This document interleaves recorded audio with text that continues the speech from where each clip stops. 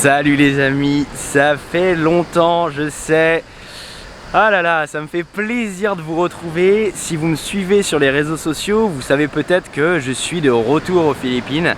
J'ai énormément voyagé, énormément de projets, donc j'ai pas pu poster de vidéos récemment. Mais cette semaine, je suis à Boracay, une des plus belles îles aux Philippines. Des décors paradisiaques, eau bleu turquoise, sable blanc, même si aujourd'hui la météo n'est pas parfaite. Et pourtant, malgré ces décors paradisiaques, Boracay, c'est une destination qui est boudée souvent par les touristes français, et même les touristes internationaux, à juste titre ou non. Donc aujourd'hui, dans cette vidéo, je vais vous montrer un petit peu ce que c'est Boracay en 2022. Je vais vous donner un maximum d'informations, mon ressenti vis-à-vis de l'île en 2022, pourquoi venir à Boracay, pourquoi j'aime tant cette île, et combien ça coûte d'inclure Boracay dans vos vacances aux Philippines. C'est parti, on y va. Ce qu'il faut savoir, c'est que Boracay, c'est une, ou si ce n'est l'île la plus connue aux Philippines. Elle a souvent été élue plus belle île du monde dans différents classements. Et du coup, il y a un vrai tourisme de masse ici, à Boracay, notamment des Chinois, des Coréens, des Russes. Surtout avant le début de la pandémie. Ça en est allé à un tel point que il y a quelques années, avant la pandémie, le président des Philippines, l'ancien président Rodrigo Duterte, a décidé de complètement fermer Boracay pour tout nettoyer, changer les règles. Donc en fait, il y a eu un avant la fermeture et un après la fermeture. Et ça a beaucoup changé. Donc si vous avez visité les Philippines il y a quelques années, visité Boracay il y a quelques années, eh bien aujourd'hui la situation sur l'île est un petit peu différente. Pour faire simple, après la réouverture de Boracay et notamment les 2 ans de Covid, aujourd'hui tout est mieux organisé, tout est beaucoup plus propre, il n'y a plus de bars sur la plage, moins de pollution parce que moins de monde. Et surtout, c'est beaucoup plus calme et un petit peu plus sauvage. Alors, ça reste toujours une destination ultra touristique. Et ça pour plusieurs raisons. Alors, pourquoi j'aime particulièrement Boracay? Il y a plusieurs raisons. La première, c'est que en vivant à Manille, Boracay, c'est un endroit qui est extrêmement facile d'accès. Ce qu'il faut savoir, c'est que voyager aux Philippines, ça peut être compliqué.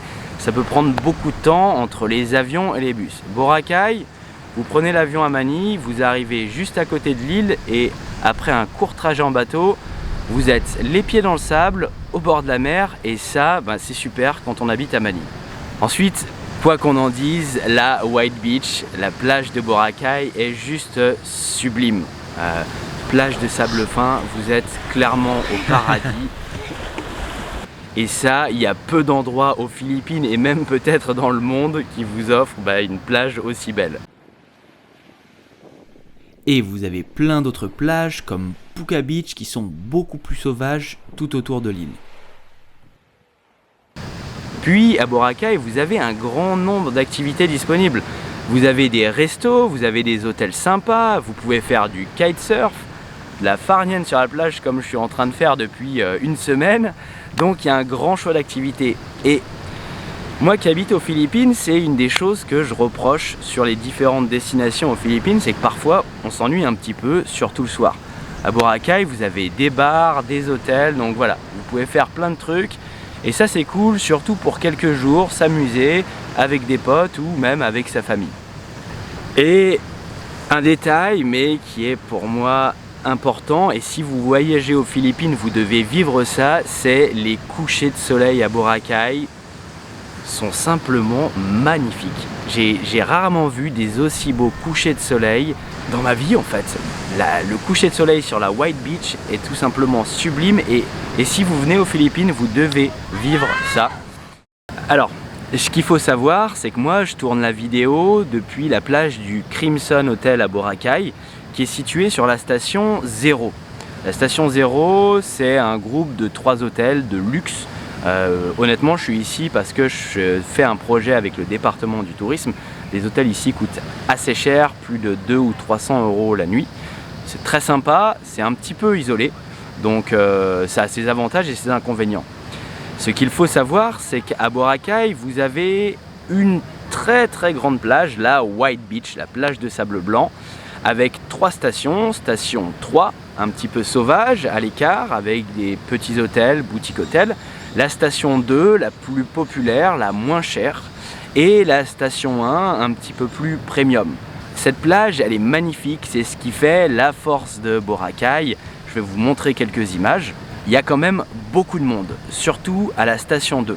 Alors, si vous prévoyez vos vacances à Boracay, moi ce que je vous conseille, c'est de réserver un hôtel plutôt à la station 3. Vous avez des hôtels qui ne sont pas chers, ou à la station 1.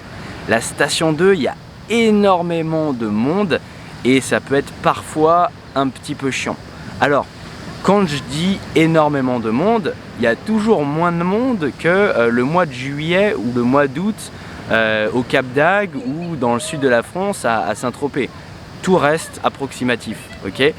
Mais il y a quand même du monde pour les Philippines. Donc pour moi, station 3, station 1, c'est le mieux. Vous avez d'autres endroits, vous avez aussi Bulabog Beach. Bulabog Beach, c'est la plage de l'autre côté de l'île. Il y a énormément de kitesurfers à Boracay et donc là c'est une plage avec beaucoup plus de vent, peut-être un petit peu moins jolie, mais plus sauvage. Et vous avez aussi Puka Beach au nord de l'île, au nord, c'est ça, qui est très sympa. Je ne sais pas s'il y a beaucoup d'hôtels, mais voilà. Donc il y a plusieurs endroits à Boracay et pas forcément des endroits super touristiques avec plein de monde. Donc vous avez le choix. Et enfin, à Boracay, vous en avez pour tous les budgets. Donc ça, c'est le dernier point de la vidéo, c'est combien ça coûte de passer des vacances à Boracay. Donc je vais essayer d'être le plus transparent possible. Vous avez 3 options. Si vous êtes vraiment dans une option budget, avec un petit budget pour partir en vacances aux Philippines, vous pouvez trouver des hôtels sympas, propres, à 20 ou 30 € la nuit. C'est vraiment l'entrée de gamme aux Philippines, surtout que récemment les prix ont augmenté, donc 20 ou 30 €, vous avez quelque chose de sympa sur la station 2 à Boracay avec pas mal de monde. Pas forcément avec la vue sur la mer, voilà, faut être réaliste. Ensuite, si vous avez un budget à, je dirais entre 50 et 100 €, ça fait une fourchette assez large, vous pouvez trouver des petits boutiques hôtels très cool. Je vous recommande notamment Villa Camellia, je vous mettrai le lien dans la description, qui est sur la station 3, un petit peu à l'écart du monde. Et là, vous allez commencer à vraiment vous faire plaisir. Donc très confortable. Ce qu'il faut savoir, c'est que de manière générale, les prix de l'hôtellerie aux Philippines sont vraiment élevés. C'est plus cher que la Thaïlande, plus cher que Bali. Donc pensez quand même à prévoir un budget pour les hôtels aux Philippines. Et si vous avez vraiment envie de vous faire plaisir, bon bah là, vous avez des hôtels à 2, 3, 4, 500 € la nuit, comme le Shangri-La Boracay qui se trouve derrière moi. Alors, honnêtement, je devrais peut-être pas vous le dire parce que je suis au Crimson Hotel, mais pour moi, un hôtel aux Philippines à 50, 60 €, c'est largement suffisant. Vous avez des très jolies chambres, avec une piscine, avec accès sur la mer. Voilà, si vous voulez vraiment du luxe et que vous avez le budget, bon bah faites-le, mais c'est juste une option. Voilà. Ensuite, un point important, c'est le budget nourriture, boissons et activités. Alors, les restaurants et les boissons à Boracay sont assez chers, surtout les restaurants. Donc attention, si vous avez lu des blogs qui datent d'il y a 5 ou 6 ans qui vous disent vous pouvez manger aux Philippines pour 5 € par repas, alors à Boracay c'est faux. Mais non, à 5 €, vous n'allez pas bien manger. Donc prévoyez au moins 10 € par repas. Alors, je sais que certains d'entre vous vont dire ah mais Nelson, tu vis comme un riche, si tu manges de la street food, on peut manger pour 5 €. Ouais, mais alors manger des intestins de poulet tous les jours, bon, moi c'est pas ma vision des vacances, donc je vous partage mon expérience. Donc prévoyez 10 €, voire même 15 ou 20 € pour vous faire plaisir. Les prix, surtout après le Covid, avec la crise aujourd'hui, ont énormément augmenté, donc prévoyez ça dans votre budget. Et enfin, pour les activités, bon bah là vous en avez pour tous les goûts, pour tous les prix. Si vous voulez faire du jet ski, ça coûte cher. Si vous voulez faire du paragliding, le parachute avec le bateau, je crois que c'est une 50aine d'euros. Donc c'est toujours moins cher qu'en Europe, mais prévoyez un budget. Après, vous pouvez louer des canoës, faire du paddle, ça coûte quasiment rien. Donc voilà, ça dépend vraiment de ce que vous avez envie de faire, si vous avez envie de vous éclater, de faire des activités, ou si vous préférez rester tranquillement sur la plage. Moi, je suis pas un grand fan des activités et à Boracay, la plage me suffit très largement. Maintenant, si vous voulez inclure Boracay dans votre séjour aux Philippines de 2 ou 3 semaines, ce que je vous conseille, c'est de rester 3 nuits, 4 jours. Boracay, vous n'avez pas besoin de rester une semaine, c'est une petite île, vous y faites très vite le tour. Alors, le mieux, c'est de l'inclure au milieu ou à la fin de vos vacances. Au milieu, parce que à Boracay, c'est plutôt farniente. Donc, vous pouvez vous reposer, recharger vos batteries à Boracay tranquillement, avant de repartir sur des destinations avec un petit peu plus d'aventure, de trekking. Par exemple, vous commencez votre séjour aux Philippines à Banahaw, qui est top. Ensuite, quelques jours à Boracay, 3 jours à Boracay pour vous reposer, puis vous partez à Palawan.